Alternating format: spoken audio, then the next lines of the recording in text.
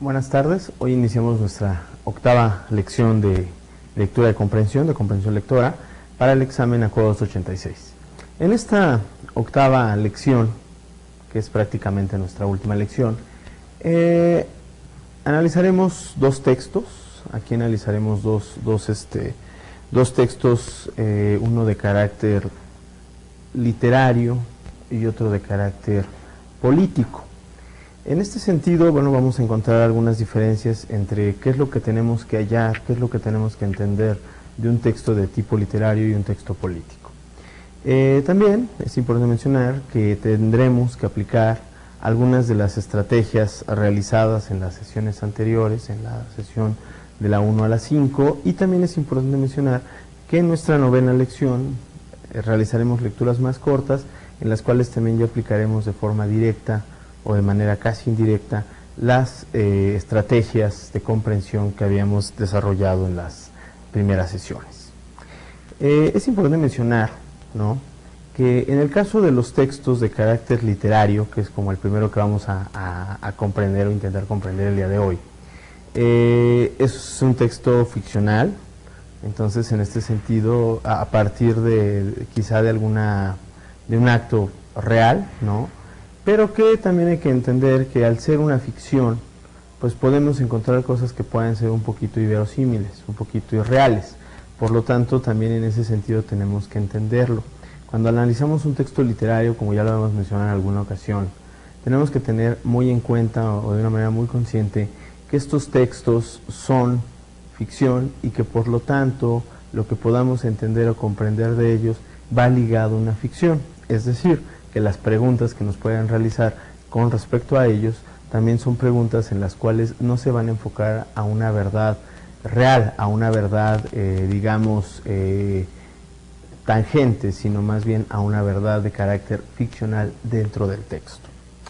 El texto que nosotros vamos a leer de tipo literario el día de hoy se llama Las tardes del Parisiana. Es un texto que viene inmerso, está contenido en el libro Ideas en Venta de Jorge Ibargüengoitia, que son una serie de cuentos que este autor, que murió en 1983, realizó durante la década de los 60 y la década de los 70. Este cuento también fue parte del suplemento cultural de Excelsior, y bueno, en este sentido también encontramos que es un texto de una calidad literaria, pues digamos, elevada. En el caso de Jorge Ibargüengoitia, bueno, pues él escribió textos de tipo vida cotidiana, es decir, él escribía textos o cuentos de acuerdo a algunas vivencias personales o vivencias que le contaban, ¿no?, que alguien le relataba. A partir de eso él realizaba o desarrollaba una ficción. Hay que tomar en cuenta que en este tipo de textos vamos a encontrar de entrada que en algunas ocasiones en los textos literarios el autor puede ir de primera, segunda o tercera persona. Esto hay que tenerlo muy en cuenta, ya que casi siempre es una de las preguntas clave o de las cuestiones clave para poder entender o comprender un texto. También, alumno, debes entender que tenemos que situarnos temporalmente, ¿no?, que hay veces la situación temporal de un texto no es tan fácil de entender o no es tan fácil de encontrarla, pero tenemos que buscarla, así como también la situación geográfica, es decir, en dónde, en qué lugar se desarrolla el texto. ¿Ok? Bueno, y por último, bueno, pues cuál es la intención del autor, ¿no?, del escritor, en relatarnos esta historia, ¿no?, esta o cualquier historia. Bueno, cuál es la intencionalidad por la cual él nos quiere contar cierta situación o cierta desaveniencia. Bueno, comencemos la lectura del texto. Dice: Las tardes del Parisiana. En mi juventud, ir al cine tenía connotaciones sociales, sexuales, económicas y estéticas, que han desaparecido. La culminación de un galanteo llega cuando la muchacha aceptaba ir con el cortejante al cine. En la primera ida al cine, él se daba cuenta de cuáles eran las pretensiones de ella y en qué terreno andaba pisando. Si ella se presentaba a la cita con su mamá, la cosa estaba perdida. Si llegaba sola, buena señal. Regular, si llegaba acompañada de la primera dientona. El peor caso le ocurrió a un amigo mío. La muchacha se presentó con mamá y 2 hermanas. Y estas compraron, o mejor dicho, pidieron y mi amigo pagó. Medio kilo de chocolates en la dulcería. Estaban tomándole el pelo. En el cine, no solo la mujer se ponía en evidencia, sino también la esplendidez, la codería, la pobreza o la mundaneidad del invitante. De acuerdo con este lenguaje, si uno iba más de 20 veces con una muchacha al cine, estaba obligado en conciencia en casarse con ella. De lo contrario, ella quedaba deshonrada. Anduvo con fulano, y uno pasaba a la historia de las familias del rumbo como inconstante o badulaque.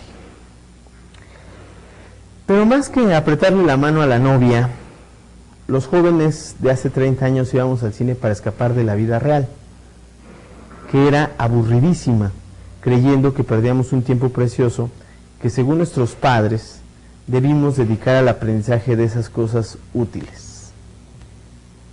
Íbamos también a derrochar el dinero de la familia, 60 centavos de la entrada y 10 de un muégano, y no teníamos siquiera el consuelo de lo que estábamos viendo era arte. El séptimo, porque el cine de aquella época era no más diversión. Creíamos que perdíamos el tiempo, y sin embargo, el cine y las idas idem son, para los de mi generación, el único nexo, la memoria común, la división de clases y la fuente de ilustración más poderosa que tuvimos. De pronto me encuentro preguntándole a una mujer atractiva que conozco a la mitad de mi vida: ¿no eres tú de las que iban a las matinés del Balmori? O bien me presentan a un potentado canoso cuyos rasgos tienen algo de familiar, y al cabo de 2 o 3 frases descubrimos que nos conocimos en el cine Parisiana. Las dos íbamos al anfiteatro, pero él se sentaba en el palco derecho y yo en el centro, en la primera fila. Había 2 tipos, los recuerdo muy bien, pero no he vuelto a encontrarlos, gracias a Dios, que sin ser hermanos se vestían igual, con pantalones de corte español, es decir, con la cintura en las tetillas, y un suéter guinda.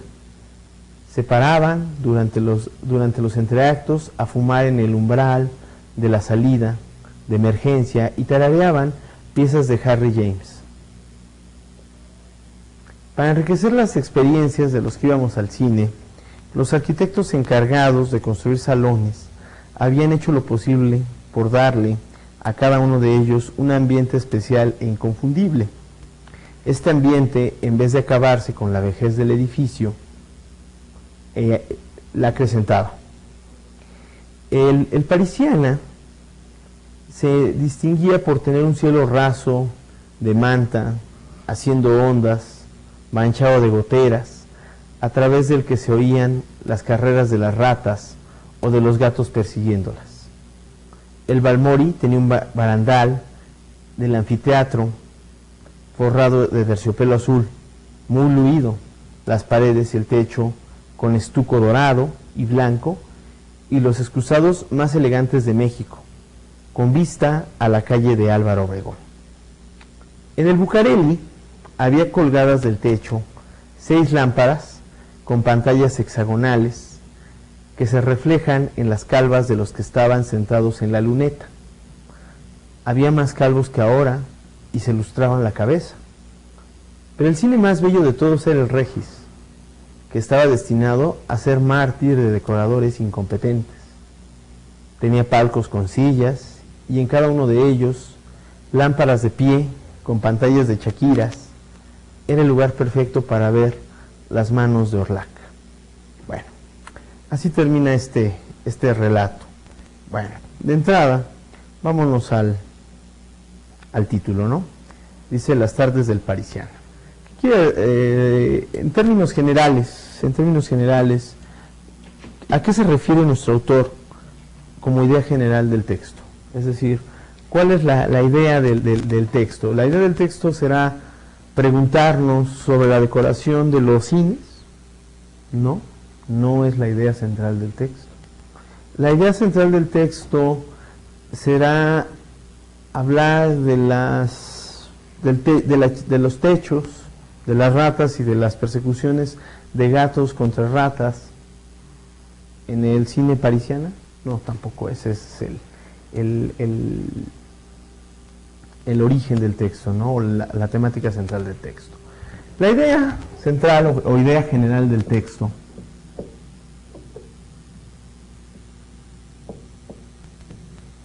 es hablarnos, ¿no? Es hablarnos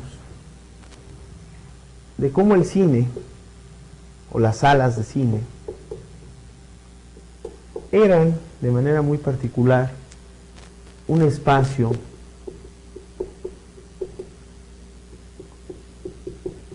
para la convivencia. ¿Sí? Como las salas de cine eran, de manera general, un lugar en el cual la gente podía comenzar un romance, un cortejo, o bien conocer personas, ¿sí? Es decir, era el área o el espacio de convivencia cotidiana, ¿sí? Es más, si pudiéramos quizá simbolizar ese espacio de convivencia de lo que fue en algún momento el cine, quizá 40 años atrás o antes de la invención del cine, el espacio de convivencia eran los parques, eran las alamedas, ¿no? Así como en algún momento después de hacer el cine, quizá lo fueron las discotecas, y a lo mejor hoy en día son las plazas comerciales, ¿sí? Es decir, él nos está hablando como idea general o idea más bien central, el cine o las salas de cine como espacio de convivencia. ¿Ok? Esta es nuestra idea general que encontraremos en el texto. Ahora, situación temporal. ¿En qué situación temporal nos estará hablando el autor? Bueno, pues muchos de los cines que menciona él, pues ya no existen, ¿sí? Son salas de cine que hoy en día han desaparecido y que a lo mejor tenemos noticia de ellas, pero en tiempos, pues ya digamos, muy distantes.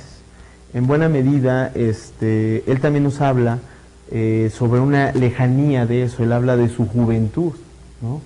Dice así que cuando éramos jóvenes, ¿no? Entonces, si él estaba cuando éramos jóvenes, y que seguramente este texto se escribió por ahí de los años 70, finales de los 60, estaremos hablando más o menos de la década de los 30,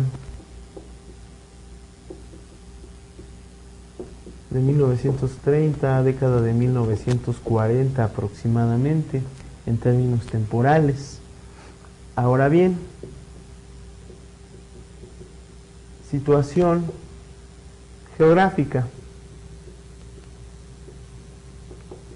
¿En dónde se encuentra ubicado el texto? El texto es en México, ¿no? Específicamente en la Ciudad de México. ¿Cuál es el ambiente? ¿Cuál es el ambiente que nos quiere relatar? El ambiente son las salas de cine, los cines.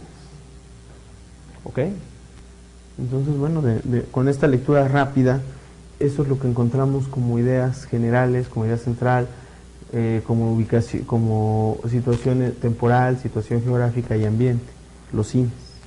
Eso es de manera general lo que encontramos en el texto que acabamos de leer.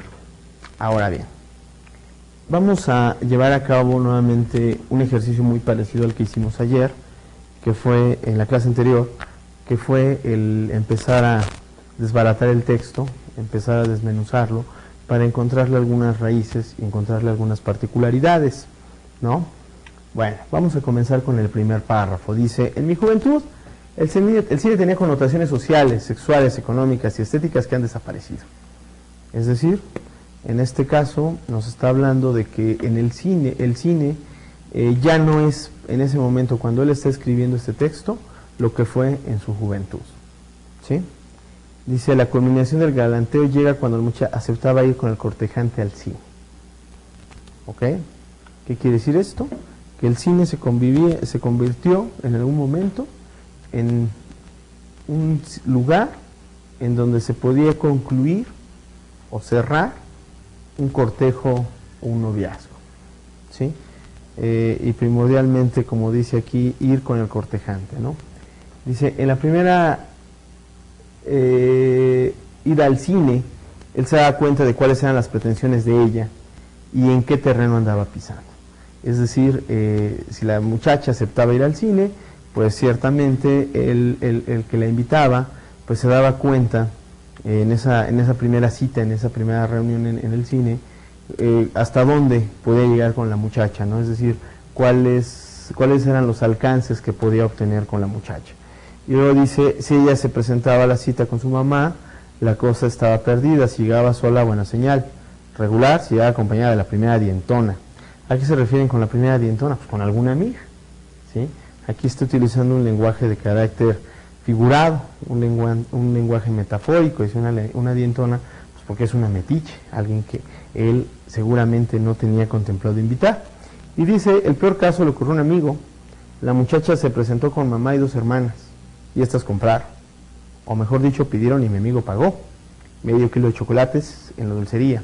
Estaban tomándole el pelo. ¿Qué encontramos como idea particular en este primer texto? En este primer párrafo, en este inicio, lo que estamos hallando es que nos está ubicando, ¿no? Nos está dando una ubicación espacial, porque nos está diciendo de qué se va a tratar y nos está llevando a cabo la acción, que son los cines, y una ubicación temporal, ¿no? También nos habla cómo el cine se convertía en espacio de cortejo. Y también nos cuenta cómo se llevaba a cabo el cortejo, ¿no? De hecho nos expone 3 situaciones. La muchacha sola, acompañada de la dientona, como dice ahí, o bien acompañada de la mamá, ¿no? También otra cosa que no debemos dejar escapar ahí dentro del texto es inclusive una anécdota, ¿no? Que es esa anécdota del amigo, ¿no? De aquel amigo que invitó a una muchacha y que llegó la mamá, las hermanas y pidieron medio kilo de chocolates y los tuvo que pagar. Es decir, esto es lo que estamos encontrando dentro de este primer párrafo, ¿no? Nos habla de cómo finalmente el cine podía demostrar o podía dar, ¿no?, a demostrar cuáles eran las intenciones de una persona hacia otra y cómo, ¿no?, también se vestían o se vislumbraban las relaciones interpersonales, ¿sí? Es decir, él quiere decirnos en primera intención, bueno, cuando se trataba de un cortejo, de esta manera no funcionaba el cine. A eso se refiere en este primer párrafo Jorge Ibargüengoitia. Ahora vamos con nuestro siguiente párrafo. Dice, en el cine, ¿no?, aquí vamos a revisar estos párrafos. En el cine no solo la mujer se ponía en evidencia, sino también la esplendidez, la codería, la pobreza o la mundaneidad del invitante. Es decir, que aquí no solamente la mujer pues daba, digamos, la idea de lo que quería parecer, de lo que quería generar, sino que también el hombre disimuladamente también mostraba qué tan espléndido era, qué tan codo era, ¿sí?, qué tan, digamos, si era una persona que no acostumbraba a gastar mucho, si era pobre, o la mundaneidad del invitante. Cuando se refiere a la mundaneidad del invitante, aquí hay una palabra muy particular que es mundaneidad, se refiere a cómo era en cuanto al galanteo, ¿no? Si era atrevido ese ese invitante, ¿no? O si era un mozo, digamos, o como dirían en términos de Ibargüengoitia o de la temporada de Ibargüengoitia, si era un mozo tranquilo, ¿no? Si era un buen mozo, pues era alguien que no mostraba un cortejo, digamos, atrevido, ¿no? Alguien que es mundano en ese momento, o a lo que se refieren cuando hablan de mundaneidad en ese momento, es alguien atrevido. Y luego dice, de acuerdo con este lenguaje, si uno iba más de 20 veces con una muchacha al cine, estaba obligado en conciencia a casarse con ella. De lo contrario, ella quedaba deshonrada, anduvo con fulano, y uno pasaba la historia de las familias del rumbo como inconstante o badulaque. Badulaque, esta palabra badulaque, ¿qué significado tiene? Esta es una palabra de finales del siglo XIX, principios del siglo XX, que se usó en el castellano primordialmente o particularmente en México y en algunas partes de Sudamérica, que se refiere a alguien, un badulaque es alguien que toma el pelo, ¿sí? Es alguien que de alguna manera juguetea con las personas, ¿no? Eso es un badulaque. Ahora bien, dice, de acuerdo con este lenguaje, si uno iba más de 20 veces con una muchacha al cine, está obligado en conciencia en casarse con ella. De lo contrario, ella quedaba deshonrada. En este párrafo encontramos una particularidad. ¿Qué nos puede decir este párrafo? Nos habla de los usos y costumbres de la población o de la sociedad mexicana de ese entonces, ¿sí? Es decir, ¿qué sucedía si el cortejante no se casaba con la muchacha? Bueno, pues simplemente que no era un sujeto de fiar, ¿no? Y por lo tanto, pues la muchacha quedaba deshonrada, ¿no? O sea, prácticamente quedaba expuesta su virtud, ¿no? Ante la situación de que el cortejante no se había casado con ella. Y luego dice, pero más que apretarle la mano a la novia, los jóvenes de hace 30 años íbamos al cine para escapar de la vida real, que era aburridísima, creyendo que perdíamos un tiempo precioso que según nuestros padres debimos dedicar al aprendizaje de cosas útiles. En este párrafo que encontramos, dice que sí iban por una cuestión de apretarle la mano a la novia, es decir, del cortejo, del noviazgo, pero también era una forma de escape de la vida real, ¿sí? Hoy en día, bueno, pues nosotros tenemos en nuestra sociedad, en la actual sociedad, tenemos diversas maneras de encontrar escapes a la vida real, ¿no? Está la televisión, están algunas otras actividades, pero en ese momento la actividad primordial para encontrar ese escape se convierte en cine. Es decir, el cine no solamente es un espacio donde se puede cortejar, donde se puede encontrar esposa o marido, sino también es un lugar en donde se puede encontrar una forma de escaparse, de disolverse de la cotidianeidad, ¿sí? Del quehacer diario. Y dice, según nuestros padres, debimos dedicar el aprendizaje a cosas útiles. ¿Qué quiere decir esto? Aquí también encontramos un choque generacional, ¿sí? Como estos jóvenes, del momento en el que este autor es joven, era muchacho, los padres consideran que las idas al cine son una pérdida de tiempo, ¿no? O sea, la gente va al cine a perder su tiempo, no hace cosas útiles ahí. Entonces también aquí encontramos el choque generacional entre la generación de Ibargüengoitia y la anterior a la suya. Después dice, íbamos también a derrochar el dinero de la familia, 60 centavos de la entrada y 10 de un muégano. Y no teníamos siquiera el consuelo de lo que estábamos viendo era arte, el séptimo, porque el cine de aquella época era no más diversión. Dice, íbamos a derrochar el dinero de la familia, es decir, el cine también era el lugar donde el dinero se desperdiciaba. Y bueno, nos habla inclusive, hasta nos dice los precios de ese entonces, ¿no? De 60 centavos de la entrada y 10 centavos de un muégano. ¿Qué quiere decir esto? Pues que comúnmente hasta nos da un ambiente de no solamente de cuánto pagaban, sino cuáles eran el tipo de golosinas que en ese entonces, bueno, pues comúnmente la gente comía dentro de las salas de cine, ¿no? Y no teníamos siquiera el consuelo de que estábamos viendo era arte. Es decir, para él pues, era ir, ver una ficción, sentarse a ver la ficción, a perder el tiempo, a abstraerse de la realidad, en una de esas hasta quizá conseguir esposa, ¿no? Y bueno, tanto era esto su abstracción que nunca se dieron cuenta que en realidad lo que veían era arte, ya que ellos consideraban que el cine pues nada más era para divertirse, nada más era para salirse de la realidad.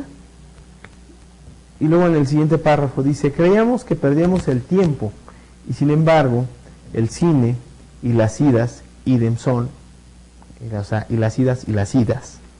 Eso significa esta frase o esta palabra latina, idem, es y las otras y las otras.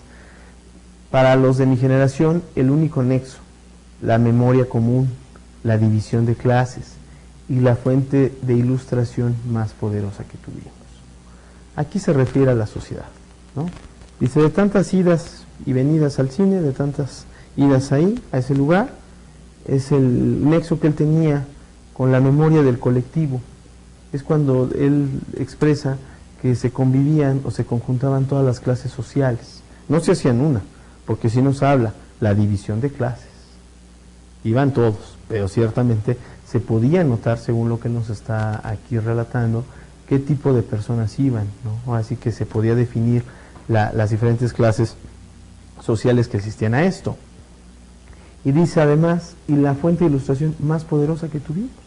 Es decir, la gente empezó también a ver el cine como una manera de conocer, ¿sí? Es decir, no solamente fue la manera en el lugar donde se encontraba mujer, donde se encontraba novia, donde se abstraía uno de la realidad, donde la gente se gastaba el dinero, donde la gente comía golosinas, sino que también además es el lugar en donde la gente obtenía más o menos una ilustración, obtenía más o menos un conocimiento de las cosas del mundo, ¿no? Y luego dice, de pronto me encuentro preguntándole a una mujer atractiva que conozco a la mitad de mi vida, ¿no eres tú de las que iban a las matinés del Balmori? Y aquí nos empieza a hablar de otro cine, ¿no? Dice que, bueno, se conoció una mujer y que inclusive se atrevió a preguntarle si pertenecía a estas que asistían a este tipo de matines en el cine, ¿no? O dice, o bien me presentan, siguiente texto, siguiente párrafo, me presentan a un potentado canoso cuyos rasgos tiene algo de familiar, y al cabo de 3 o 3 frases descubrimos que nos conocimos en el cine parisiano. Los dos íbamos al anfiteatro, pero él se sentaba en el palco derecho y yo en el centro, en la primera fila. Entonces eso también nos está hablando, ¿no? De cómo se dividían estas clases sociales, ¿no? Dice, es un potentado, y dice, este se sentaba en un palco derecho y él se sentaba en el centro. Entonces, ¿qué quiere decir esto? Pues que él sentaba en el centro de la sala, pues seguramente su boleto de cine era más económico, ¿no? Por lo tanto, el otro se sentaba en el palco porque era un potentado, ¿no?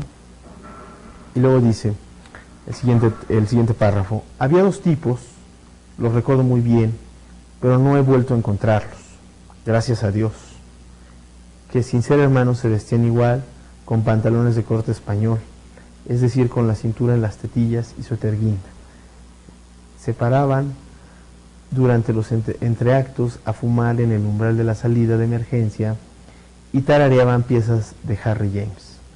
Entonces aquí también nos está dando,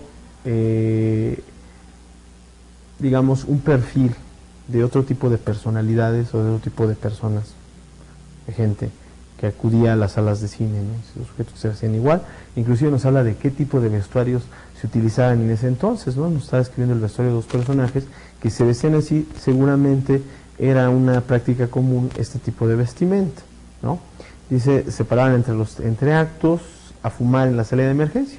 Quiere decir esto, que en ese entonces la gente fumaba en los cines, ¿no? Y además nos habla que había entreactos, ¿no? El llamado intermedio. Hoy en día ya las salas de cine no cuentan con intermedios. Y tarareaban piezas de Harry James. Es decir, inclusive nos hablan del tipo de música, ¿no? Por la cual que tarareaban. Entonces, si tarareaban esa música, pues seguramente era la música de moda de aquel entonces. Si nos hablan de Harry James, entonces estábamos en lo correcto. Ciertamente el texto se ubica entre la década de los 30 y década de los 40.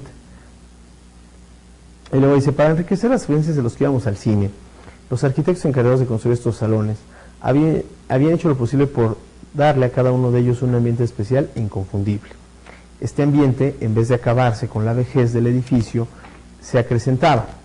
El Parisiana se distinguía por tener un cielo raso de manta, haciendo ondas, manchado de goteras, a través del que se oían las carreras de las ratas o de los gatos persiguiéndolas. El Balmori tenía un barandal del anfiteatro, forrado de terciopelo azul, muy luido, las paredes y el techo con estuco dorado y blanco, y los excusados más elegantes de México con vista a la calle de Álvaro Obregón. Entonces, esto, pues, si nos habla de la calle de Obregón, seguramente está hablándonos de la Roma. Bueno, ¿qué estamos encontrando aquí? Aquí nos está describiendo cómo cada uno de los cines eran diferentes, ¿no? Cómo cada uno de ellos tenía una decoración particular, ¿no? Cómo ya también estaban demasiado desgastadas sus decoraciones, pero que ciertamente cada uno de ellos tenía un toque especial, ¿sí? De acuerdo a su decoración. Hoy las salas de cine pues son prácticamente idénticas, ¿no? En el Bucareli había colgadas del techo 6 lámparas con pantallas hexagonales que reflejan las calvas de los que estaban sentados en la luneta. Y hasta nos dice, había más calvos que ahora, y además se ilustraban la cabeza. Entonces, hasta nos está hablando de una práctica típica o característica de aquellos que en ese entonces eran calvos. Dice, pero el cine más bello de todos era el Regis, que está destinado a ser mártir de decoradores incompetentes. Tenía palcos con sillas y en cada uno de ellos, lámparas de pie, con pantallas de Shakira. Era un lugar perfecto para ver Las manos de Orlac. Las manos de Orlac es una película de los años 50. Y bueno, ¿qué encontramos aquí? Pues nos acaba de escribir, de hecho nos da la descripción de 4 cines, ¿no? El Bucareli, el Regis, el Parisiana y el Balmori, ¿no? Y nos habla de que cada uno de ellos tenía una decoración completamente diferente, ¿no? Entonces con esto cierra nuestro autor la idea que tiene él de los cines, ¿no? De lo que es el cine como espacio de convivencia, ¿sí? Sería erróneo pensar que el autor pues, nos quiere reflejar el cine únicamente como un lugar en el cual se va a obtener novia, ¿no? Aquí nos habla de para todo lo que le servía una sala de cine, para tener novia, para conocer gente, para gastarse el dinero, para abstraerse de la realidad y hasta para criticar la decoración, ¿no? Entonces, bueno, pues aquí tenemos un ejemplo de cómo desmenuzar un poquito un texto de carácter literario. Vamos con nuestro otro texto, que es el de carácter político. Se llama La democracia de Lefort, es un fragmento. Este es un texto creado o elaborado por Jesús Silva Herzog Márquez y que además se publicó en la revista Nexos en el 2009. Dice, 2 personas se combinan en el capitán, escribió Séneca. Una de ellas es igual a todos los pasajeros, porque el capitán también es un pasajero, pero la otra persona es distinta, porque solo él es el capitán. La responsabilidad otorga privilegios y lo marca con exigencias. Una tormenta puede afectarlo como pasajero, pero nunca como piloto. La imagen expresa la antigua noción del gobernante como personaje escindido, hombre y semidios, cuerpo e institución. La idea cristalizaría en la doctrina medieval de los 2 cuerpos del rey. El monarca era hombre y como tal vivía las pasiones ordinarias, estornudaba, tropezaba, pero como soberano no se enfermaba, era infalible e inmortal, era la voz de la justicia, la palabra de la ley y daba su cara a la moneda. Ernest Kantorowicz escribió un libro clásico sobre esa pieza fascinante de la teología política, la ficción mística de los 2 cuerpos del rey. Kantorowicz analizó documentos y disputas legales, tratados filosóficos, emblemas y dramas que dibujaban al monarca como un personaje doble, un sujeto que a pesar de tener todas las limitaciones físicas e intelectuales del hombre, es retratado como el depositario de la última razón, un ser ubicuo, incapaz de hacer el mal e incluso de pensarlo. En Shakespeare se encuentra una constante reflexión sobre los dilemas morales de esta superposición de cuerpos bajo la piel del monarca. Extraña divinidad la de los reyes, dice en Enrique V. Su nacimiento es majestuoso, su vida flota sobre lo ordinario, pero siguen atados a la tiranía de la respiración, como cualquier imbécil. Claude Lefort se sintió cautivado por la riqueza de la alegoría medieval que Kantorowicz pulía en esa obra monumental publicada hace más de medio siglo. Tal fue la atracción que dedicó el seminario de un año a su estudio. La teología ponía la metáfora del cuerpo en el centro de la reflexión filosófica. En ese almacén de órganos se encontraba la clave que imprimía sentido al mundo, la boca de la ley, los brazos de la justicia, el puño del soberano. Toda interrogación desemboca ahí, para encontrar la respuesta, la solución definitiva. las categorías del tiempo y del espacio, acopladas a una fisonomía, los linderos del bien y del mal trazados por la dicción inapelable. El contenido de la justicia manando de una garganta. El cuerpo del rey era visto como el punto donde convergen todos los rayos del poder. La ficción ofrecía a Lefort una ventana formidable para entender las representaciones fundamentales de lo político. Los problemas de la monarquía no son, de este modo, simples blasones para decorar un edificio, sino claves para descifrar el mundo, para acceder a un tiempo, para encontrar sitio. El interés de Lefort no era, por supuesto, curiosidad de medievalista, era el compromiso de un filósofo político con su propio tiempo. Visto a la luz del siglo XX, la vieja metáfora del cuerpo permitía enfocar las formas de la democracia y del totalitarismo, la textura de cada sociedad y el lugar de su poder. La democracia no significa la mudanza del poder de un cuerpo a otro. Podría pensarse que sí, antes el poder se ubicaba en el cuerpo del monarca, ahora en democracia el poder se aloja en el cuerpo del pueblo o se instala en el parlamento. Lefort rechaza enfáticamente esa idea de la transferencia. La democracia no traslada el poder de un sitio a otro, por más abierto que sea. La democracia desata el poder de cualquier sujeto y le niega domicilio. Es el fin de un poder ligado a un cuerpo. De ahí que la sociedad democrática sea aquella donde el conocimiento, el derecho y el poder están sometidos constantemente a una indeterminación radical.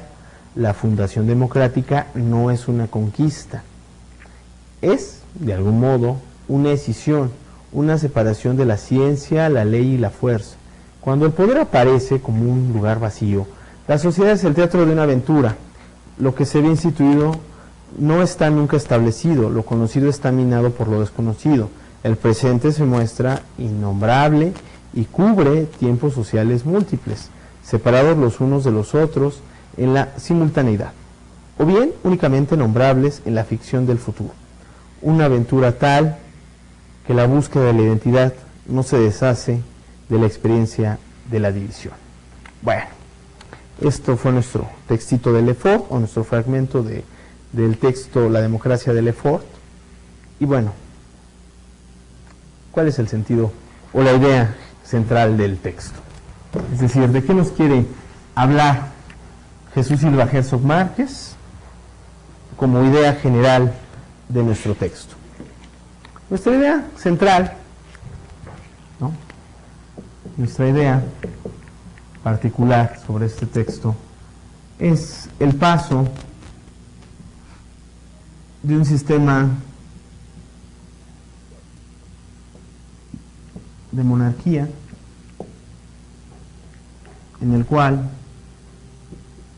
hay una duplicidad del gobernante, porque es juez y parte, porque es hombre y semidios, a lo que es la democracia.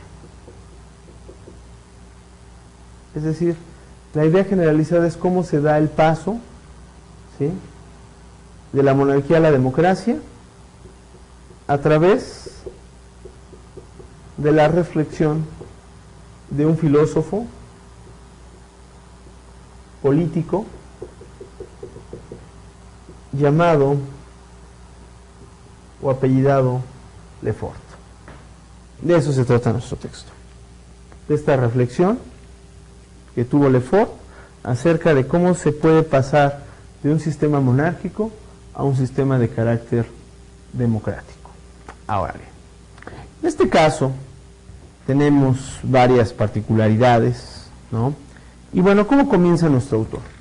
Nuestro autor comienza diciendo que en el gobernante, utilizando un poquito de lenguaje, una metáfora, ¿no?, de un autor latino que fue Séneca, que dice: dos personas se convienen al capitán.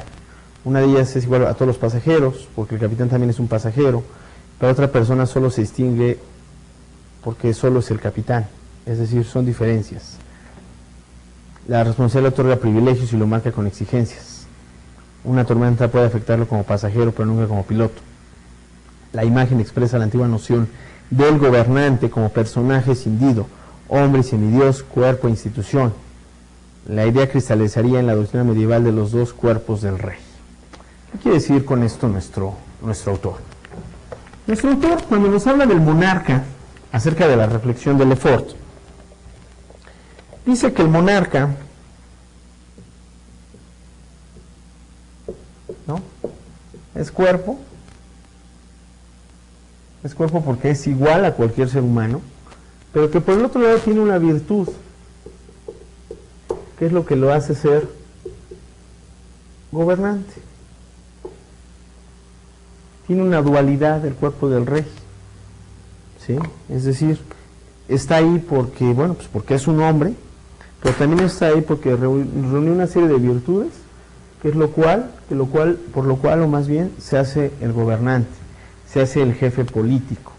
En este sentido, aquí Jesús Silva Herzog nos da diversos argumentos, ¿no? Es el monarca del hombre y como tal se sentía, vivía las pasiones ordinarias, nos da una serie de ejemplos de todo lo que era un hombre, de todo lo que era un gobernante, y cómo por ahí otro autor que es Kantorovix, ¿no?, se interesó en esta figura de los dos cuerpos del rey, ¿no?, mediante una serie de análisis en documentos, en disputas legales, filosóficos, etcétera, en donde dice que el rey es un personaje doble, porque es un sujeto con limitaciones físicas, pero con responsabilidades casi, podríamos decir, de Dios.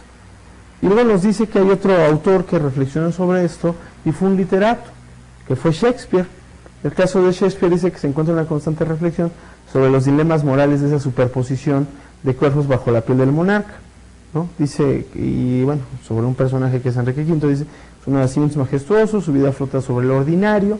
No se refiere a que flota sobre lo ordinario, es que está por encima de los comunes, es decir, de la gente común y corriente, pero siguen atados a la tiranía de la respiración. Es decir, es majestuoso su nacimiento, está por encima de todos, pero ciertamente respira, ¿no?, como cualquier imbécil, ¿no? Así que con eso cierra su afirmación. Entonces, con esto lo que está haciendo nuestro autor es ir construyendo cómo es que Lefort se le ocurre que hay un doble cuerpo en los monarcas de tipo medieval, ¿no? Y luego dice, Claude Lefort sintió cautivado por la riqueza de la alegoría medieval de Kantorovix, es decir, que cómo Lefort toma a Kantorovix como idea, ¿sí?, para lo que él después definirá como democracia. Dice, pulía en esa obra monumental publicada hace más de medio siglo. Tal fue la atracción que dedicó un seminario de un año a su estudio. La teología ponía la metáfora del cuerpo en el centro de la reflexión filosófica. En ese almacén de órganos se encontraba la clave que imprimía sentido al mundo. La boca de la ley, los brazos de la justicia, el puño del soberano. Toda interrogación se evocaba ahí para encontrar la respuesta, la solución definitiva. Las categorías del tiempo y del espacio acopladas a una fisonomía. Los linderos del bien y del mal trazados por la dicción inapelable. El contenido de la justicia manando de una garganta. Es decir, cómo en un monarca, esto fue lo que le atrae a Lefort, ¿no? Cómo Kantorovix estudió esta situación de que en un solo hombre convenían tantas cosas, ¿no? Era juez y parte, era justicia, era castigo, era ley, ¿no? Era pueblo, era gobierno, era jefe político, jefe religioso en algunos casos, pero cómo a pesar de todas esas situaciones, el monarca era prácticamente un hombre, un sujeto que respira. Es decir, aquí lo que nos está diciendo Jesús Silva Herzog Márquez es que la reflexión en este sentido de Kantorovix es lo que va a motivar a Lefort a llevar a cabo este texto. Dice, el cuerpo del rey era visto como un punto donde convergen todos los rayos del poder. La ficción ofrecía a Lefort una ventana formidable para entender las representaciones fundamentales de lo político. Los emblemas de la monarquía no son de ese modo simples blasones, es decir, simples estandartes para decorar un edificio, sino claves para descifrar el mundo, para acceder a un tiempo, para encontrar sitio. El interés de Lefort no era, por supuesto, curiosidad de medievalista, era el compromiso de un filósofo político con su propio tiempo. Es decir, que Lefort se interesa en esta situación que expone Kantorovix acerca de la Edad Media, sobre la diversificación de un monarca, y bueno, él siente una responsabilidad vista desde un hombre de comienzos del siglo XX. Visto a la luz del siglo XX, la vieja metáfora del cuerpo permitía enfocar las formas de la democracia y del totalitarismo. Es decir, para Lefort, lo que fue el doble cuerpo del rey, ese doble cuerpo del que habíamos hablado en la idea central, para el caso de Lefort, ¿no? Para Lefort, ese doble cuerpo en el siglo XX es la democracia y el totalitarismo. ¿La democracia qué es? Es el gobierno de muchos, el gobierno de la mayoría, el gobierno del pueblo. ¿Qué es el totalitarismo? El gobierno concentrado en una pequeña cúpula, en un pequeño partido, ¿no? Que gobierna en la virtud de que cree que le hace el bien a la mayoría, ¿no? En términos políticos, eso sería más o menos un sistema totalitarista.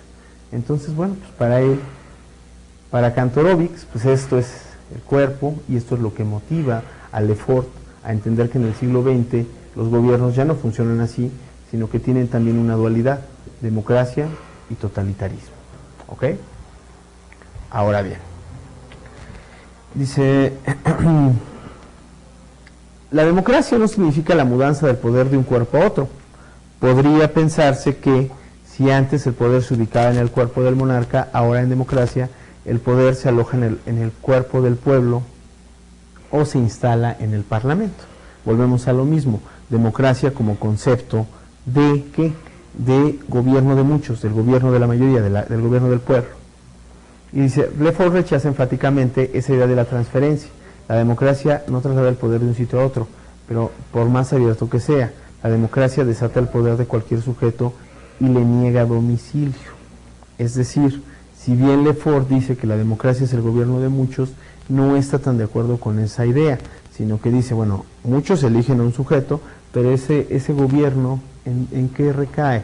Recae en una pequeña cúpula, que en este caso estaríamos hablando de totalitarismo, es decir, un gobierno individual o un gobierno de un grupo.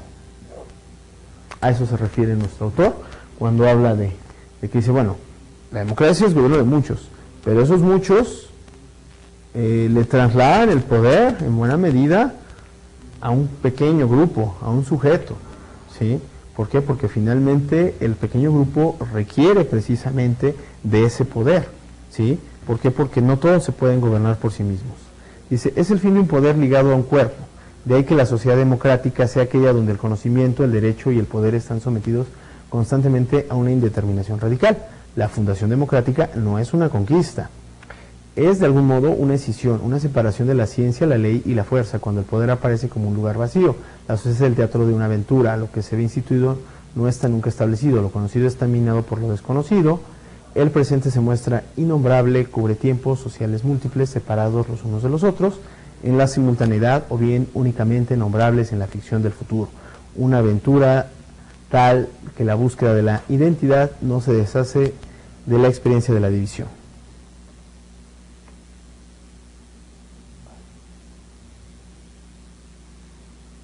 Bueno, con esto, aquí, ¿cuál es digamos, la consecuencia a la que quiere llegar nuestro autor? Es decir, ¿a qué se refiere Lefort cuando habla de esta situación de dos cuerpos?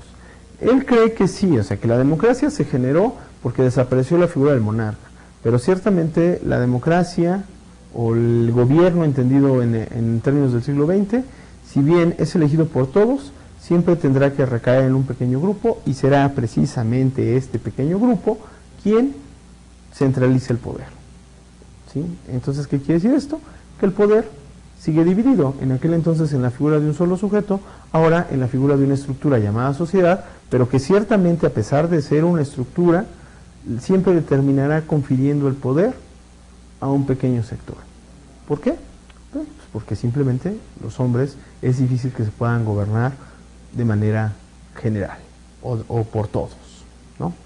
Entonces, bueno, aquí inclusive tiene una pequeña cita, dice: lo que se ve instituido no está nunca establecido, lo conocido está minado por lo desconocido, el presente se muestra innombrable y cubre tiempos sociales múltiples separados los unos de los otros en la simultaneidad, o bien únicamente nombrables en la ficción del futuro. Una aventura tal que la búsqueda de la identidad no se deshace de la experiencia de la división. ¿Qué quiere decir esto?